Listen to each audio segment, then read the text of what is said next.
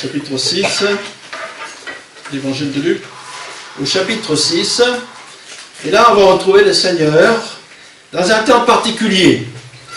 On aime bien toute la parole de Dieu, mais on lit dans la Bible qu'il y a eu des moments forts. Et là, ce qu'on va lire, c'est un moment fort qui concerne surtout les disciples de Christ. Amen. Voilà, dans quelques versets qu'on va lire, il y a des choses importantes qui nous concernent et qui nous permettent de nous affermir dans la foi. Amen. Amen. Il est toujours bon de s'approfondir, d'avoir des bonnes racines. Comme ça, quand il y a la tempête, ça risque rien. Alors, je vais lire dans Luc chapitre 6, au verset 12. On va situer ce qui se passe ici. Voilà Jésus qui est rentré dans le ministère, on peut dire. Il a pris son baptême. Il y avait là Jean-Baptiste, lors de son baptême, il était plongé dans l'eau. Et puis, c'était formidable ce baptême. Hein. On a entendu une voix du ciel qui a dit « Voici mon fils bien-aimé, en qui j'ai mis toute mon affection. » Et puis, le Saint-Esprit est descendu sur lui comme une colombe. Oui. Donc, c'était le début. Et il est passé après, par l'épreuve, 40 jours dans le désert. Et là, le diable l'a tenté, mais il a été plus fort. Alléluia. Il nous donne un bon exemple comme quoi nous pourrons passer à travers la tentation, surtout qu'on a Jésus avec nous. Et puis là, il va vraiment commencer son ministère avec ses apôtres. Alors, on va lire Luc chapitre 6, verset 12. En ce temps-là, Jésus se rendit sur la montagne pour prier et passa toute la nuit à prier Dieu. Quand le jour parut, il appela ses disciples, il en choisit 12, auxquels il donna le nom d'apôtres. Simon, qu'il nomma Pierre, André son frère, Jacques, Jean, Philippe, Barthélemy, Matthieu, Thomas, Jacques, fils d'Alphée, Simon, appelé le Zélote, Jude, fils de Jacques, et Judas Iscario, qui devint traître. Il descendit avec eux et s'arrêta sur un plateau où se trouvait une foule de disciples, de ses disciples, et une multitude de peuples de toute la Judée, de Jérusalem, et de la contrée maritime de Tyr et de Sidon. Ils étaient venus pour l'entendre et pour être guéris de leur maladie. Ceux qui étaient tourmentés par les esprits impurs étaient guéris, et toute la foule cherchait à le toucher, parce qu'une force sortait de lui et les guérissait tous. Alors Jésus, levant les yeux sur ses disciples, dit « Heureux, vous qui êtes pauvres, car le royaume de Dieu est à vous. Heureux, vous qui avez faim maintenant, car vous serez rassasiés. Heureux, vous qui pleurez maintenant, car vous serez dans la joie. Heureux serez-vous lorsque les hommes vous haïront, lorsqu'ils vous chasseront, vous obligera et qu'on vous rejettera votre nom comme infâme à cause du Fils de l'homme. Réjouissez-vous en ce jour-là et tressaillez d'allégresse parce que votre récompense sera grande dans le ciel. Car c'est ainsi que leur Père traitait les prophètes. Mais malheur à vous riches, car vous avez votre consolation. Malheur à vous qui êtes rassasiés, car vous aurez faim.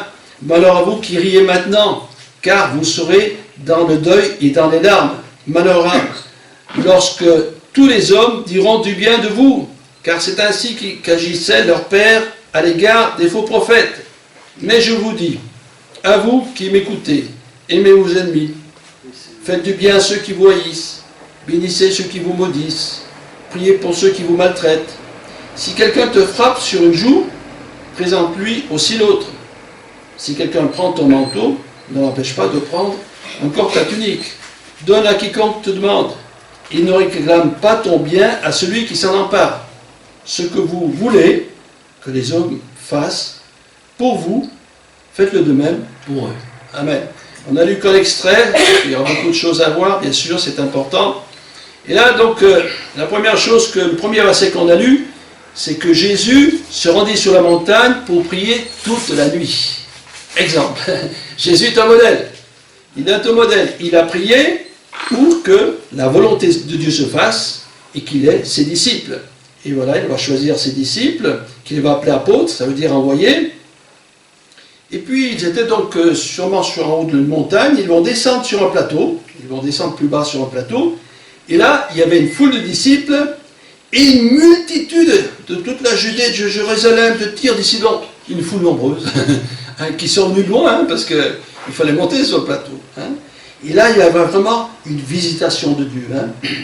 Ils étaient venus pour l'entendre et pour être guéris de leur maladie. Ça va la foi, hein.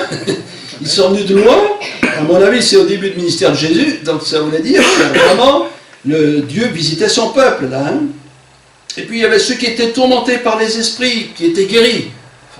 Et surtout, ce verset, et toute la foule cherchait à le toucher, parce qu'une force sortait de lui et les guérissait tous. Hein, il y a une visitation, c'est pas toujours dans la Bible, hein, parce que quand Jésus à Nazareth, il n'a pas pu faire beaucoup de miracles, mais là, c'était vraiment la grande visitation, la bénédiction de Dieu. Et là, on peut dire que le Seigneur avait tout préparé, le peuple était là, la foule, et là, Jésus va instruire ses disciples et ses nouveaux apôtres, puisqu'ils venaient de les nommer, et il va nous donner à nous des instructions pour nous qui marchons avec le Seigneur. Là, vous avez remarqué qu'il y a un mot qui revient souvent, c'est le mot « heureux ». Et même, ce mot aussi, il veut dire « en avant ». Quand on est heureux, on va de l'avant. Quand on n'est pas heureux, on ne bouge pas. Donc, si je comprends bien, quand je suis heureux, j'ai la force de Dieu et je vais de l'avant. Alors je pense qu'on veut tous aller de l'avant. Hein? Et là, bien sûr, c'était bien parce que ce message s'adresse à la fois à ceux qui découvrent l'Évangile et à ceux qui connaissent l'Évangile depuis longtemps. Heureux, vous qui êtes pauvres, car le royaume de Dieu est à vous. Des pauvres, il y en a dans le monde, hein? Et beaucoup. Et de très pauvres.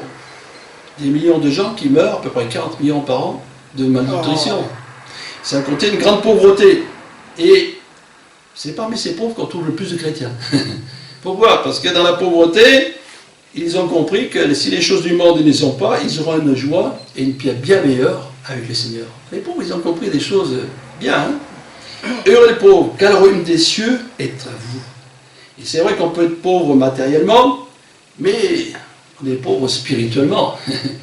Et nous, on a compris ça un jour, qu'il nous manquait quelque chose. On a fait tout ce qu'il fallait, mais on n'était pas heureux. Ouais. Pourquoi? Parce qu'on a besoin du Seigneur, on ne le savait pas. Oui. Et puis on a cherché par-ci, par-là, dans les plaisirs, dans les loisirs, pour retrouver ce bonheur que Dieu seul peut nous accorder parfaitement. Alors oui, on en a trouvé de la joie, mais ce n'était pas ça. Parce que la joie du Seigneur, c'est notre force. La joie du Seigneur, c'est la plénitude de Dieu. Et nous avons, eh bien, découvert l'amour et la grâce de Dieu. On était pauvres et on s'enrichit avec le Seigneur. Et on s'enrichit encore chaque jour davantage, parce que le Seigneur est bon. Il nous donne bénédiction sur bénédiction, il nous donne connaissance sur connaissance. On peut dire, il augmente notre capital spirituel. Alors le capital spirituel, ne vous inquiétez pas, vous pouvez dépasser comme l'autre est le plus riche du monde, vous pouvez en avoir plus encore de bénédiction, le Seigneur vous en donnera plus, parce que lui, il ne compte pas, il donne avec abondance. Et nous sommes reconnaissants pour cela. Heureux vous qui avez faim maintenant, car vous serez rassasiés. Et oui. Et ça aussi, ça peut être quelqu'un qui ne connaît pas le Seigneur, on va lui donner l'évangile de Luc, et puis il va lire ça, il va dire, tu vois Seigneur, j'ai faim, donne-moi à manger.